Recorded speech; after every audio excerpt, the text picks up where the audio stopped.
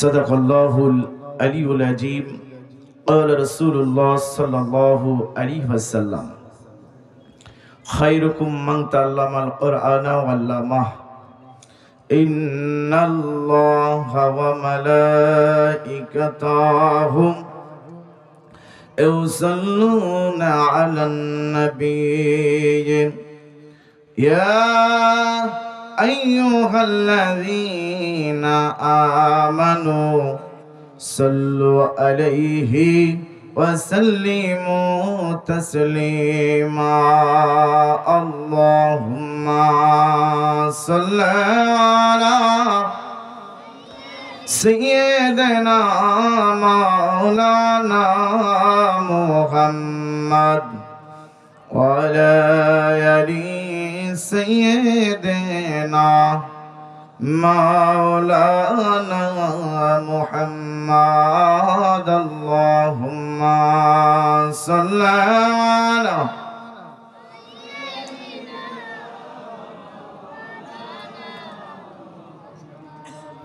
وعلى آل سيدنا مولانا محمد আমার মন মাজাইয়া রে দিল মজায়া মুর্শিদ নিজের দেশ যায় ও মুর্শিদ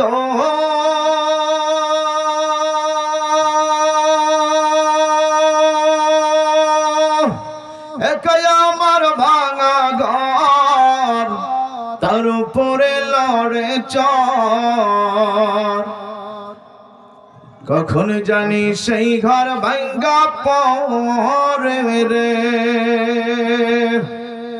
আবের নাওয়ারি রে কসবাসের বেড়া রে বাজার লুটিয়া নিল চুরি রে আল্লাহুম্মা সাল্লি আলা সাইয়্যিদিনা মাওলানা মুহাম্মদ ওয়া আলা আলি সাইয়্যিদিনা মাওলানা মুহাম্মদ সমাধান চাও যদি জীবনে মরণে ফিরে যাও খুঁজে নাও চোখ রাখো কোরআনে সমাধান চাও যদি জীবনে মরণে ফিরে যাও খুঁজে নাও চোখ রাখো কোরআনে তবেই পাবে সুখ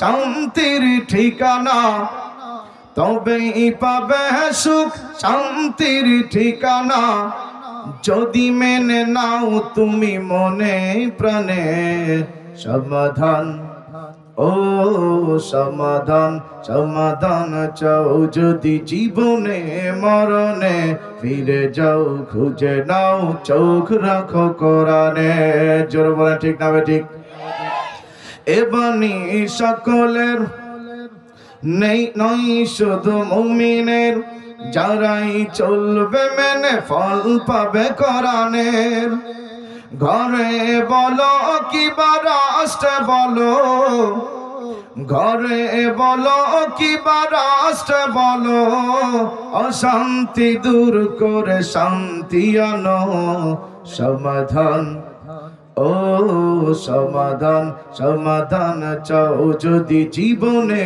মরণে ফিরে যাও খুঁজে নাও চোখ রাখো কোরআনে এই যে চির অম্লান চির মুক্তির ডাক এ যে মহাবাণী খুদারি কুরআনে পাক এই দুনিয়া আর সেই দুনিয়া এই দুনিয়া আর সেই দুনিয়া মুক্তি পাবে তুমি দো জাহানে সমাধান ও সমাধান সমাধান চাও যদি জীবনে মরণে ফিরে যাও খুঁজে নাও চোখ রাখো কোরআনে তাহার পরশ পেয়ে পাথর হলো সোনা।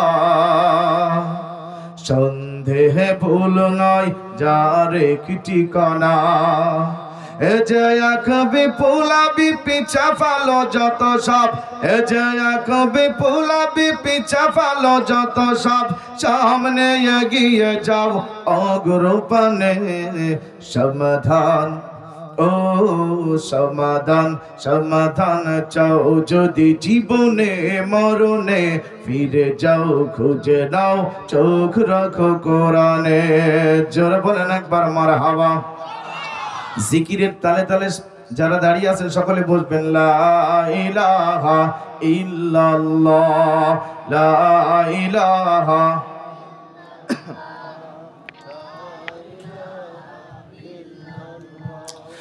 লা ইলাহা ইল্লাল্লাহ, লা ইলাহা।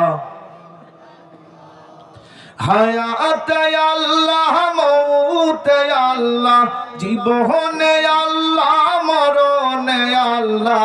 লা ইলাহা ইল্লাল্লাহ, লা ইলাহা।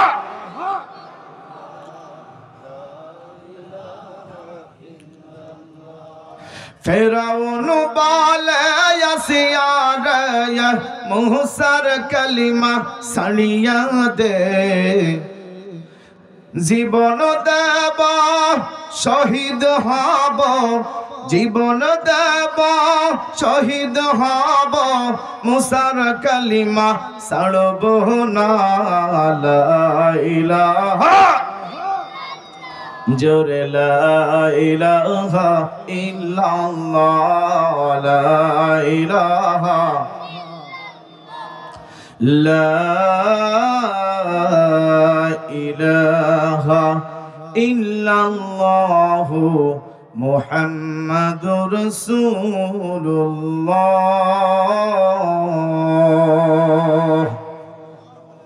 সাল্লাল্লাহু আলাইহি ওয়াসাল্লাম। আলহামদুলিল্লাহ,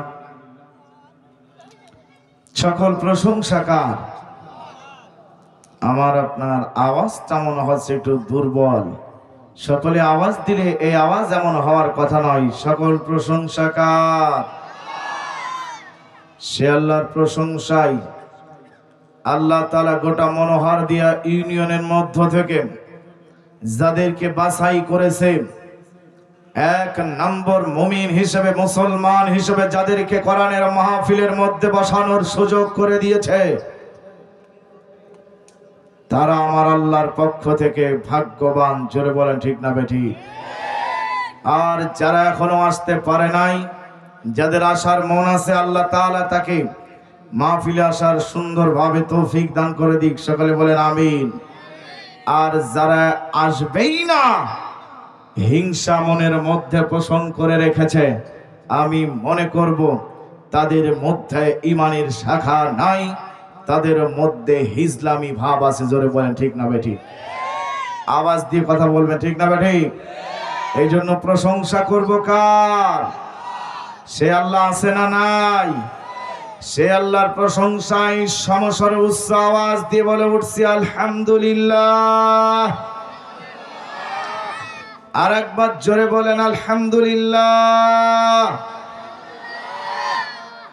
পয়গম্বরের পয়গম্বর, উম্মতের কান্ডারি, মদিনার তাজিরিন নবী,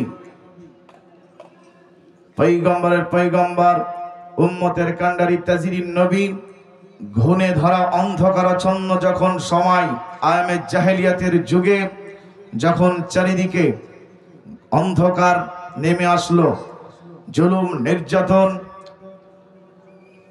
জেনা ব্যভিচারে যখন ভরপুর হয়ে গেল, তখন আমার আল্লাহ তাআলা রব্বুল আলামিন ইলান নূর হিসাবে আল্লাহ তাআলার পয়গম্বর জনাবে মুহাম্মদ রাসূলুল্লাহ সাল্লাল্লাহু আলাইহি সাল্লামকে পাঠিয়ে দিলেন। একবার জোরে বলেন সাল্লাল্লাহু।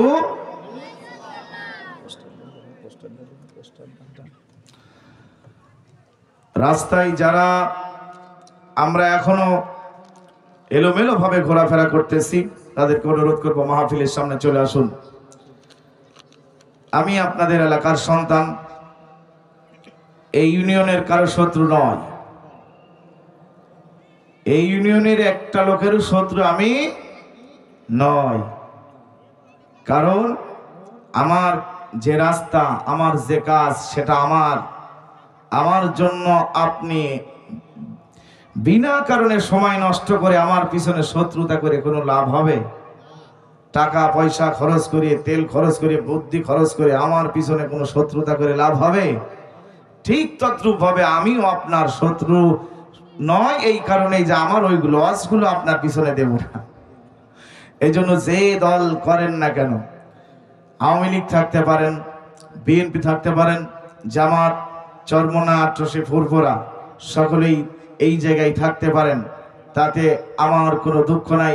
বরঞ্চ আমি খুশি যে আমার মনোহার দেয়া ইউনিয়নের মানুষগুলোকে সামনে নিয়ে আমার ভাই, আমার চাচা, আমার মা বোন, আমার ছোট ছোট কচিকাচা মাসুম বাচ্চা থেকে শুরু করে আমার বন্ধুদেরকে নিয়ে একটু কোরআন হাদিসের কথা বলতেছি।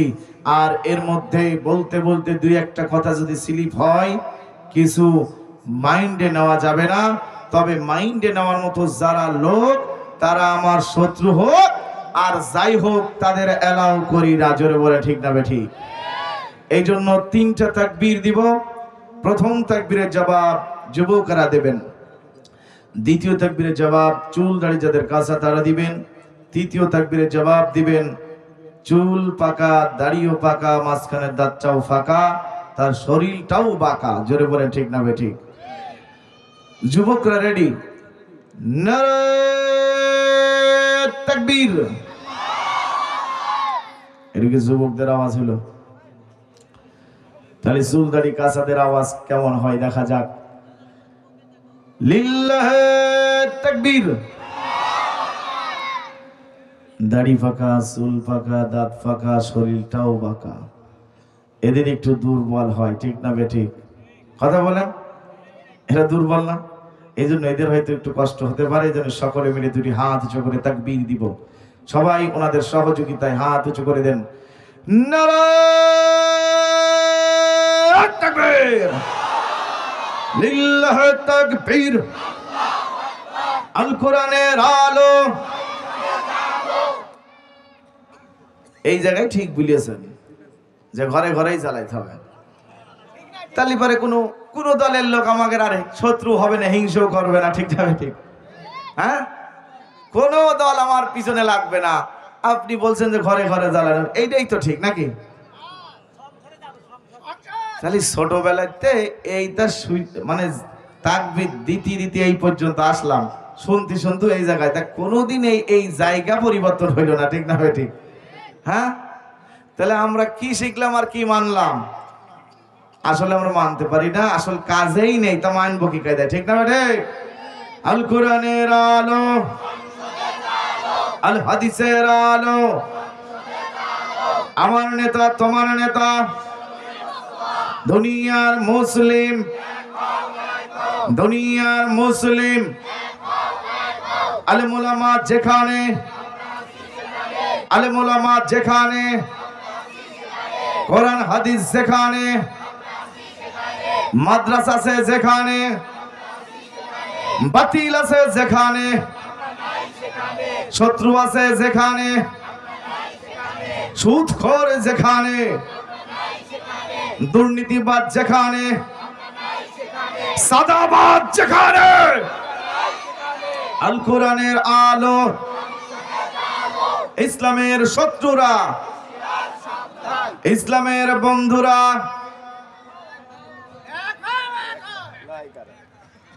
আলহামদুলিল্লাহ আমরা যুবক, বৃদ্ধ আর মাঝারি ইসলামের লোক দিয়ে তাকবীর নিলাম এই কারণেই যে এই জায়গায় শয়তান আর যেন ভিড়তে। আল্লাহু আকবার বলে কি আল্লাহ মহান, ঠিক না ভাই? ঠিক বলেন। আজকের এই মাহফিলটা আমাদের এই মনোহারদা ইউনিয়নের কেন্দ্রীয় জায়গায় একটি মাদ্রাসা, কন্দ্রপদিয়া দারুস সুন্নাহ হাফেজিয়া মাদ্রাসা ও এতিমখানার উদ্যোগে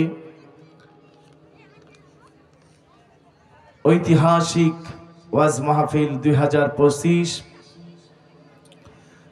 19শে নভেম্বর। আজকের এই মাহফিলের সম্মানিত সভাপতি, আমার মাথার তাজ, হাজারো ছাত্রের উস্তাদ জনাব মোহাম্মদ আব্দুল খালেক চৌধুরী, প্রধান শিক্ষক, ভালকি মাধ্যমিক বিদ্যালয়। আল্লাহ তাআলা তিনাকে কবুল আর মঞ্জুর করেছেন, মাহফিল ময়দানে বসার মতো চেয়ারে বসে আসন গ্রহণ করেছে এবং তার সর্বদা সুস্থতা কামনা করতেছি। সকলে বলেন আমিন। মাহফিল পরিচালনায় রয়েছেন মাহফিলের সম্মানিত সেক্রেটারি, এলাকার সন্তান হাফেজ মোহাম্মদ তহিন ইসলাম।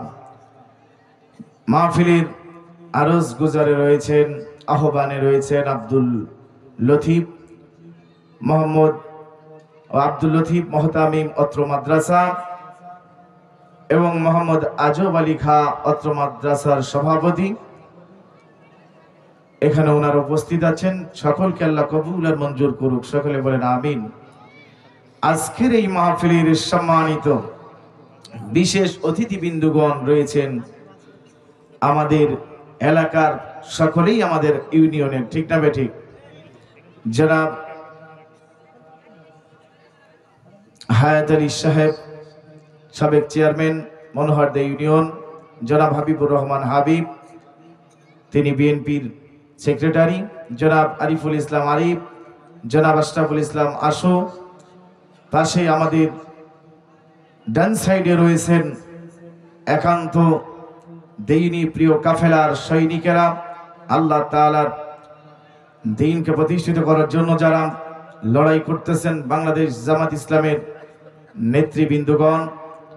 উপস্থিত রয়েছেন জনাব মোহাম্মদ আমিরুল ইসলাম, মনোহরদিয়া ইউনিয়ন বাংলাদেশ জামাত ইসলামের পক্ষ থেকে চেয়ারম্যান নমিনি, জনাব সাইদুল ইসলাম ভাই, মনোহরদা ইউনিয়ন আমির, বাংলাদেশ জামাত ইসলামীর। বিশেষ অতিথি উপস্থিত থাকবেন বা আছেন মুফতি এনামুল হক, ইসলামী আন্দোলনের ইউনিয়ন সভাপতি, হাজী মোহাম্মদ সুলাইমান হোসেন। এইভাবে আমন্ত্রিত অতিথি একের পর এক ঝাঁক এখানে রয়েছেন। আজকের মাহফিলের প্রধান বক্তা, গোটা বাংলার আলোড়ন সৃষ্টিকারী, যুবক সকল বয়সের মানুষকে যিনি কোরআনের কথা শুনিয়ে যুক্তি দিয়ে মানুষকে হেদায়েতের রাস্তার দিকে ডাক দেয়, আল্লাহর পথে ডাক দেয়, তিনি হলেন আমারই ভাই জনাব কবির বিন সামাদ যশোর। উনি আমাদের নিকটবর্তী চলে এসেছেন, আমি লোক পাঠিয়েছি। আল্লাহ তাআলার বান্দাকে সঠিকভাবে সহি সালামতে মাহফিলের কাছে পৌঁছানোর তৌফিক দান করুক এবং গোটা বাংলার জন্য কোরআনের আদায়ী হিসেবে কবুল করুক। জোরে বলেন আমিন। আসুন এবার আমার আলোচনার দিকে যাই। আমরা যারা রাস্তায় দাঁড়িয়ে আছি, ওই যে পিছনে মাহফিলের ময়দানের পিছনে যারা দাঁড়িয়ে আছি, সকলে একটু বসলে হয় না ভাই? একটু বসুন, একটু বসুন। আজকে মাহফিলে অনেক লোক এখন আসতে থাকবে। আমার মনোহরদা ইউনিয়নের যে দল করুক না কেন, আজকে আর দলের হিসাব নেই। আজকে সবাই মাদ্রাসার ভালোবেসে, নবীজির ঘরকে ভালোবেসে মাদ্রাসার মাহফিলে আসবে। জোরে বলে ঠিক না? ঠিক। আজকে যদি না আসে তাহলে এ লোকগুলো বুঝে যাবে যে ইসলামকে তারাও ভালোবাসে। যারা না আসবে তারা কি বাতিলদের আওতায় ভুক্ত রয়েছে। জোরে বলেন ঠিক না বেঠিক? আমি আপনি মুসলমান হব কয় নাম্বার বললাম না? কয় নাম্বার? 2 নম্বর মুসলমান। চেনেন? মসজিদের মধ্যে নামাজ পড়তেছে, এক গ্রুপ যে বলছে ভাই আমি তোমারে 2000 টাকা দিলাম, ভোটটা যেন আমারই দিবা। কয় হাজার? বলছে আল্লাহরই কিরে, এই মসজিদের মধ্যে বসে কথা দিলাম, ভোট আপনারই যাবে। মসজিদ থেকে বেরিয়ে বারান্দায় এসেছে আর এক গ্রুপ চলে এসেছে, এসে বলছে ভাই এই যে 5000 মারিয়ে দিলাম, ভোটটা যেন আমার থেকে যেন কোনো জায়গায় নড়ে না। বলছে মসজিদের গাছ হয়ে কলাম, এ ভোট আপনারই যাবে।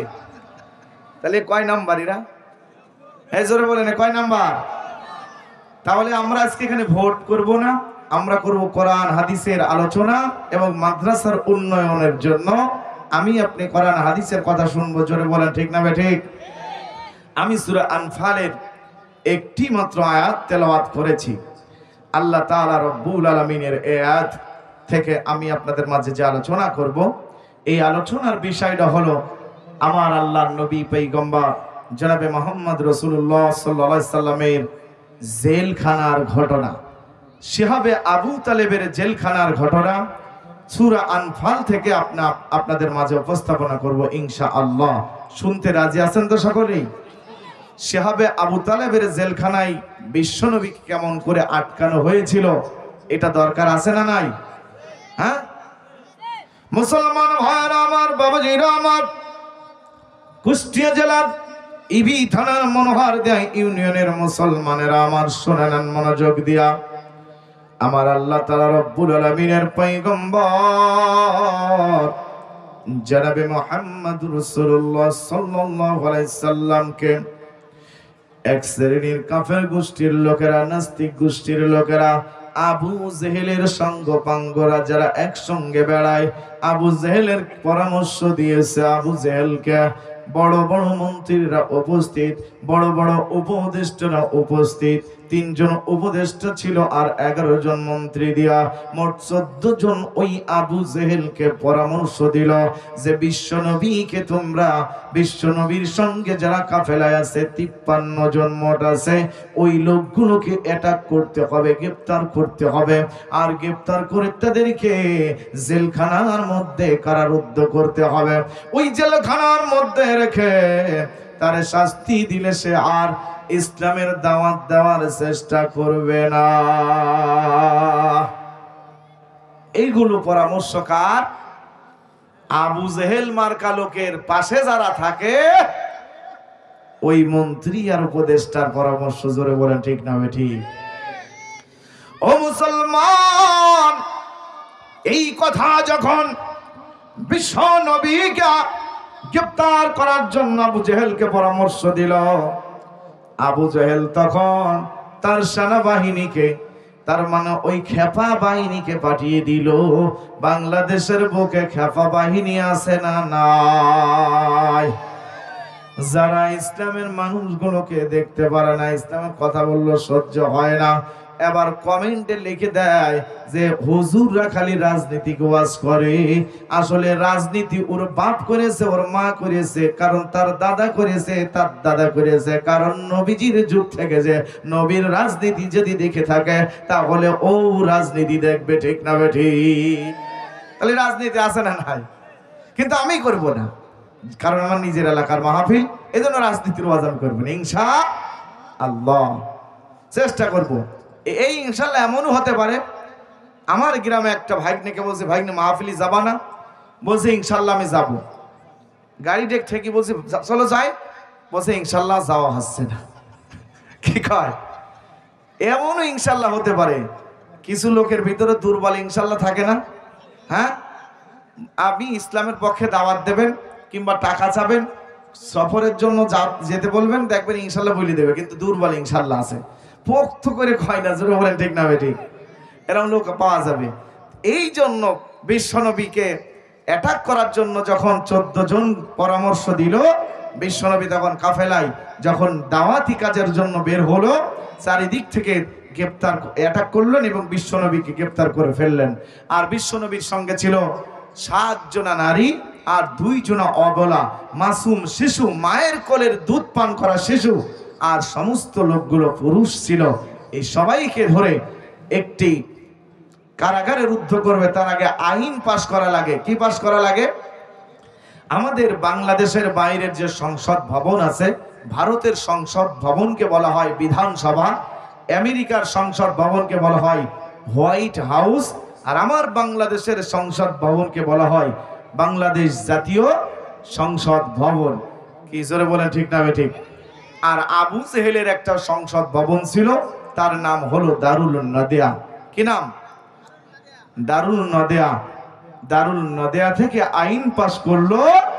নবীজির বয়স যখন 47 থেকে তাকে গ্রেফতার করে 50 বছর পর্যন্ত, তার মানে 3টা বছর শিহাবে আবু তালিবের জেলখানার মধ্যে বন্দী করে ফেললো। এই বন্দী করার পরে আল্লাহর নবীকে আস্তে আস্তে খাবার দেয়, কিন্তু শেষের দিকে এসে খাবার বন্ধ করে দেয়। কেন? ওই 14 জনার পরামর্শ ছিল যে মোহাম্মদকে একটু জেল খাটালেই তাহলে মনে হয় একটু শাসন হবে, আর কোনোদিন ইসলামের দাওয়াত দেবে না। ও মুমিন মুসলমান, আমার কুষ্টিয়া জেলার ইবি থানার মুফতি আমির হামজাকে 3টা বছর জেল দিয়েছিল, জোরে বলে ঠিক না বেঠে? মুফতি আমির হামজা কি থামিয়ে গিয়েছে? একটাও বল রাজনীতিবাজ হবে না, আমির হামজা থামেনি, থামেছে? এই রসুলকে 3 বছরের মধ্যে জেলখানায় রাখলেন, খাবার বন্ধ করলো। ওই 14 জনের পরামর্শ ছিল একটু শাসন করা, আর আবু জেহেলের মনের ভিতরে ছিল নষ্টের গুড়। এই দুবরা ছাড়াই একদিন একটা দাওয়াতে গেলাম, এক কাজী বলছে আনমো, তখন বলছে হুজুরির এর ব্যাখ্যা বলেন তো। বলছে আমি তখন শুনে বলছি আসলেই নষ্টের মূল। কি হবে? আসলেই নষ্টের মূল। তার মানে এইভাবে আবু জেহেলের মনের মধ্যে আসলেই নষ্টের মূল রয়েছে। 14 জনের মন ছিল শাসন করা, আর আবু জেহেলের মধ্যে ছিল নষ্টের মূল। সে চিন্তা করেছে যে মোহাম্মদকে মেরে ফেলবো। কি করব? মেরে ফেলবো। ও মুসলমান, আমার আল্লাহ তাআলা রব্বুল আলামিন বিশ্ব নবীর ওই জেলখানার মধ্যে থাকার পরে সমস্ত কথা, সমস্ত দৃশ্য আমার আল্লাহর কাছে ফেরেশতা দিয়ে ক্যামেরা বন্দী হয়ে গেল। কিরামিন কাতিবিন 53 জনের কাছে আছে, আবু জেহেলের কাছে, ওই সমস্ত নাস্তিক মার্কা লোক সবার কাছে আল্লাহ পাঠিয়ে দিয়েছে। কার কেমন আমল তুমি দেখতে থাকবা ফেরেশতা। এইভাবে সব কিছু খবর আমার আল্লাহর কাছে পৌঁছায়া যায়। জোরে জোরে বলেন সুবহানাল্লাহ। মুসলমান বাংলাদেশে কোথায় কি হয়, আমেরিকায় কোথায় কি হয়, সৌদি আরবে কোথায় কি হয়, এই মোবাইলে পাওয়া যায়, যায় কিনা ভাই? সব চলে আসে। তার মানে আমার আল্লাহর কাছে কি তালি যাবে না? ও মুসলমান, আল্লাহর নবীকে যখন শিহাবে আবু তালেবের জেলখানায় বন্দী করে ফেললো, 53 জনকে যখন নির্যাতন শুরু করলো, 7 জন অবলা নারী আর নিষ্পাপ দুধের শিশু ক্ষুধার কারণে ছটফট করতে লাগলো। ছটফট করে মাতৃ গর্ভ থেকে যখন দুনিয়ার বুকে এসেছে, সুখে স্বাচ্ছন্দ্যে জীবন যাপন করার জন্য চেষ্টা করবে, কিন্তু জুলুমকারীদের জালিমের কারাগারে বন্দী হওয়ার পরে মা তার সন্তানের মুখে আর দুধ তুলে দিতে পারলো না। বাচ্চাগুলো কান্না শুরু করলো। 2টা বাচ্চা চিৎকার দিয়ে কান্না করে। এই কান্না করার কারণে মায়ের মনগুলো কষ্টে ভরপুর হয়ে গেল, সাহাবীদের মনটা কষ্টে ভরপুর হলো। দয়ার নবী, মায়ার নবী জনাবে মুহাম্মদ রাসূলুল্লাহ সাল্লাল্লাহু আলাইহি সাল্লাম তিনি আমার আল্লাহর কাছে নালিশ দিয়ে দিলেন, ও আল্লাহ, ও আমার রব, তুমি সব দেখছো, তুমি সব শুনতেছো, তুমি এর বিচার তুমি করবে। আল্লাহু আকবার। শহীদ আল্লামা দেলোয়ার হোসেন সাইদি রাহিমাতুল্লাহ 13টি বছর জেল খাটলো। তারপরেও তার বাণীগুলো ওয়াজের ময়দানে, তাফসীরুল কোরআন ময়দানে যা বলে গেছে, গোটা বাংলাদেশের মধ্যে অধিকাংশ তাই মিলে যাচ্ছে। জোরে বলেন ঠিক না ঠিক? কারণ ইনারা হলো আমার নবীর পাগল, আমার আল্লাহর পাগল। জোরে বলেন ঠিক না ঠিক? কারণ আল্লাহর রাস্তায় চলতে হলে জিহাদ ফি সাবিলিল্লাহ, আল্লাহর রাস্তায় জীবন দেওয়ার জন্য প্রস্তুত থাকতে হবে। জোরে বলেন ঠিক না ঠিক? তাহলে এই যে নবীর জেল, এখন মানুষ জেল খাটে, আর আল্লাহর নবী খেটেছে 3 বছর। কয় বছর? তাহলে অন্য নবীদের কথা বললে সবাই হবে না। তাহলে নবী জেল কেটেছে, তাহলে আল্লাহর দুনিয়াতে আল্লাহর দ্বীনকে প্রতিষ্ঠিত করার জন্য ইন্নাদ-দীনা ইনদাল্লাহিল ইসলাম, একমাত্র মনোনীত ধর্ম ইসলামকে পালন করতে হলে, দ্বীন বিধানকে যদি পালন করা যায়, জীবন বিধানকে যদি শান্তিময় করা হয়, করতে হয়, তাহলে গোটা জাতির মানুষ, গোটা বাংলাদেশের মানুষ রাষ্ট্রের মধ্যে কোরআন দিয়া লাগবে। জোরে বলেন ঠিক না ঠিক? এটাই আমাদের দাবি। জোরে বলে ঠিক না ঠিক? কোরআন চান না রাষ্ট্রে? কোরআনের আইন দিয়ে দেশ চলবে, ঠিক না? এটা চান? চান? এই জমিন কার বলেন তো? ওই আকাশ কার? চন্দ্র সূর্য কার? আপনি কার? আমি কার? যত দল আছে তারা কারা? সব কাদের? বনে জঙ্গলে যত পশু পাখি গাছপালা এগুলো কার? সব যদি আল্লাহর হয়, কারোর বাবার আইন চলবে না, কারোর মায়ের আইন চলবে না। জোরে বলে ঠিক না ঠিক? কার আইন চলবে? কার আইন? আল্লাহর আইনকে প্রতিষ্ঠিত করার জন্য বিশ্বনবী যদি ইচ্ছে হবে আবু তালেবের জেলখানায় 3টা বছর জেল খাটতে পারে, খাবার না খেয়ে যদি শরীর থেকে ব্লিডিং হতে পারে, পায়খানা খসা হয়ে শেষ নিঃশ্বাসের দিকে পৌঁছাতে পারে, তবুও বাতিলের কাছে মাথা নত করতে রাজি ছিল না, ছিল না, ছিল না। আমরা কারা আছি এই বাংলাদেশের বুকে ইসলামকে প্রতিষ্ঠিত করার জন্য? একবার সংসদ ভবনে কোরআনের আইন প্রতিষ্ঠিত করার জন্য জীবন দিতে হলে দিতে হবে, শহীদ হতে হলে হব, ফাঁসির মঞ্চে যেতে হলে যাব, জেলখানায় বন্দি করলে বন্দি হব, গুম করে দিতে হলে কেউ যদি দেয় দেব। কারা রাজি আছে নিজের সন্তানকে এতিম করতে রাজি আছে? কারা নিজের স্ত্রীকে বিধবা করতে রাজি আছে? কারা নিজের মা বাবাকে সন্তান হারা হতে আছে? কারা? হাত উঁচু করে দেখান।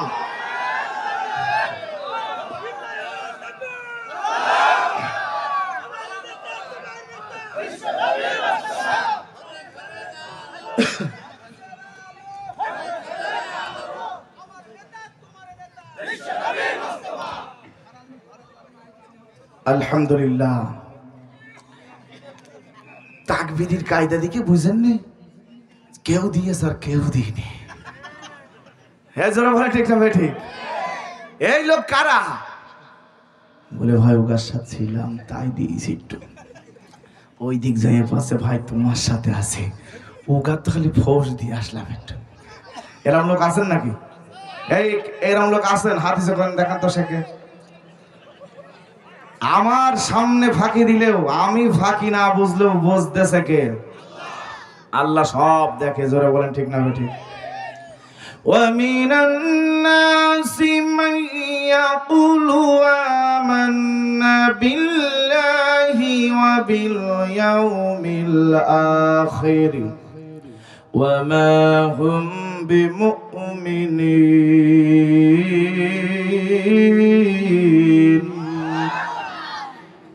এদের দেখা মাত্রই বোঝা যাবে দুনিয়ার বুকে এক ধরনের মানুষ বলবে আমরা ইহকাল এবং পরকালের প্রতি ঈমান এনেছি, হুম বিমুমিনিন। তাদের চিনবা কি কায়দায়? তাদের দেখবা কর্মকাণ্ড, তাদের কাজকর্ম দেখলেই বুঝবা যে ওরা ঈমানদার না বেঈমান। আছে না নয়? জোরে বলেন আছে না নয়? সারা জীবন মানুষের সামনে কথা দেয়, আর ওরা যখন জায়গা মতো যায় ওদের দেয় না, ওদের কাছ থেকে নেয়। জোরে বলে ঠিক না ঠিক? আছে না নাই? না হলি তো আর হয় না গাড়ি, হয় না তো বাড়ি। জোরে বলেন ঠিক না ঠিক? ও মুমিন মুসলমান, বিশ্বনবীর শরীর থেকে রক্ত ক্ষরণ হলো, সকলের ব্লিডিং হলো। ক্ষুধার কারণে বাবলা গাছের পাতা খাইতে শুরু করলো। আমি আপনি জীবনেও কি বাবলা পাতা খেয়েছি নাকি? আমাদের আল্লাহ না খাইয়ে রাখেনি, খাওয়িয়েই মারবে। জোরে বলেন ঠিক না ঠিক? খাওয়িয়েই মারবে। তারপরও মুসলমান সে আল্লাহর শুকরিয়া করা দরকার আছে না নাই? এ মুসলমান, যারা উপদেশ দিয়েছিল 14 জনের মধ্যে 3 জন ছিল উপদেষ্টা। এই উপদেষ্টাদের মধ্যে সবচাইতে বুড়ো হনুমান একজন ছিল। বুড়ো হনুমান বললাম এই কারণে, 82 বয়স হয়ে গেলি সে কি আর তাজা যুবক থাকে নাকি? এই কথা আমার না, আমার মা চাচিরা কয়। বুড়ি হয়ে গেলে আমার চাচিরা কয় ধর বুড়ো হনুমান লাগাই দেখো দিন কি। এই 82 বছরের বৃদ্ধ লোকটা সবার প্রধান উপদেষ্টা, এই উপদেশটা তিনি কি বললেন? তিনার নাম হলো হিসাবে ইবনে আমর। এই লোকটা বুদ্ধি দিয়েছে আবু জেহেলকে, মোহাম্মদকে বন্দি করতে হবে, তার সফর সঙ্গীদের বন্দি করা লাগবে। এই জন্য বন্দি করলো। এর বুদ্ধি ছিল খালি জেল খাটাবো, কিন্তু আবু জেহেলের বুদ্ধি মাইরে ফেলার। এই জন্য এই লোকটা পরে যখন শুনতে পারলো, হিসাবে ইবনে আমর যখন শুনতে পারলো মোহাম্মদকে মেরে ফেলবে, এটার পক্ষে তো আমি নয়, মেরে ফেলাটা আমার পছন্দ নয়। 5 থেকে 7 দিন বাড়িতে আর ঘুমাতে পারে না, বিছানায় পিঠ লাগাতে পারে না। স্ত্রী বলছে, গো স্বামী কি হয়েছে তোমার, বলো কি হলো? তোমার মধ্যে খালি পেরেশান আর পেরেশান, তুমি চিন্তিত আছো নাকি বলো? আল্লাহর বান্দার মনোযোগ দিয়ে শুনবেন। এই লোকটা বলল তখন কথাগুলো বিশ্ব নবীর ভালোবাসার পক্ষে চলে যাবে। কি কায়দায় মুসলমান সরে না। 1 নম্বরের উপদেশটা আবু জেহেল, প্রধান উপদেশটা 82 বছরের হিসাবে ইবনে আমর বলল, বিবি গো তুমি আমারে বিদায় দিয়া দাও, আমি মুহাম্মদকে আবু জেহেলের কারাগার থেকে মুক্ত করব। আমি তাকে মেরে ফেলাটা পছন্দ করি, শাসন করতে চাইছিলাম, তাই আমার পিছনে এমন কিছু শত্রু জন্ম নিয়েছে, শাসন করিয়েছে, কিন্তু কোনো চুল সোজা হয়নি। যারা বলে ঠিক না ঠিক, কারণ কেউ কাউকে সোজা করতে পারে পারে পারে বলেন? মৃত্যু দেওয়ার মালিককে আমার আপনি বাঁচিয়ে রাখতে পারবেন? আব্দুল লতিফ ভাইকে কেউ বাঁচাতে পারবে? আর কোন লোক? আপনি নিজেই বাঁচতে পারবেন? আল্লাহ যেদিন নোটিশ পাঠিয়ে দেবে সেদিন আর কোনো খবর হবে? এ নেতা ও নেতা, পাইতে নেতা, সাসারে নেতা, আষাঢ়ে নেতা, চৈতে নেতা, কোন নেতার কাম হবে না। আজরা বলে ঠিক না বেঠে? আজরাইল কারোর কথা শুনবে না, আজরাইলের কেউ আর ঠেকাতে পারবে না। আজরাইল খালি বলবে তোমার সময় শেষ। Time and tide wait for none. সময় এবং নদীর স্রোত কারোর জন্য অপেক্ষা করে না। ম্যান ইজ মর্টাল, মানুষ মরণশীল, মরণের সময় হয়ে গেলে মরবে। এই জোরে বলা ঠিক না বেঠিক? কুল্লু নাফসিন যায়িকাতুল মাউত সুম্মা ইলাইনা তুরজাউন। আমার প্রাণ আছে, আমার মৃত্যুর স্বাদ গ্রহণ করা লাগবে, আপনার গ্রহণ করা লাগবে, প্রত্যেক প্রাণীর মৃত্যুর স্বাদ গ্রহণ করা লাগবে। যেই আল্লাহ যেখান থেকে পাঠিয়েছে ওই জায়গা পর্যন্ত আল্লাহ আবার ফিরিয়ে নিয়ে যাবে। জোরে বলেন ঠিক না ঠিক?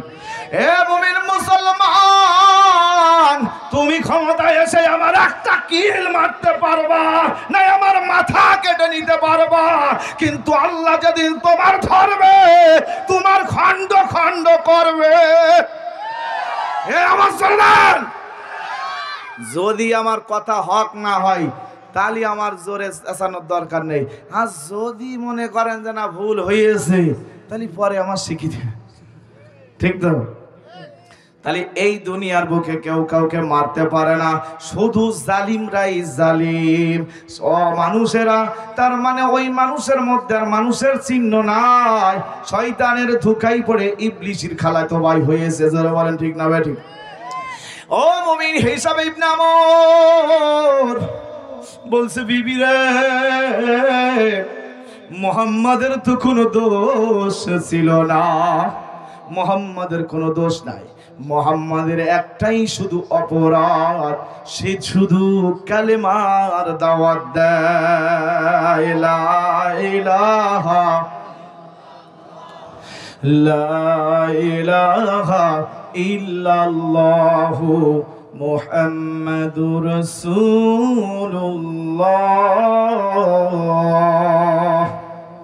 সাল্লাল্লাহু আলাইহি ওয়াসাল্লাম। এই জন্য বিবি রে, আমি ভালো মানুষটাকে মরতে দিব না, আমি তাকে মুক্ত করব। এই লোকটা তখন আরেকজনের কাছে চলে গেলেন। ও আল্লাহর বান্দারা মনোযোগ দিয়ে শুনবেন, আল্লাহ তাআলা কোরআনের আয়াতের মধ্যে এই জন্যই জানিয়ে দিয়েছেন, বিসমিল্লাহির রহমানির রহিম। وَإِذْ يَمْكُرُ بِكَ الَّذِينَ كَفَرُوا لِيُثْبِتُوكَ أَوْ يَقْتُلُوكَ أَوْ يُخْرِجُوكَ وَيَمْكُرُونَ وَيَمْكُرُ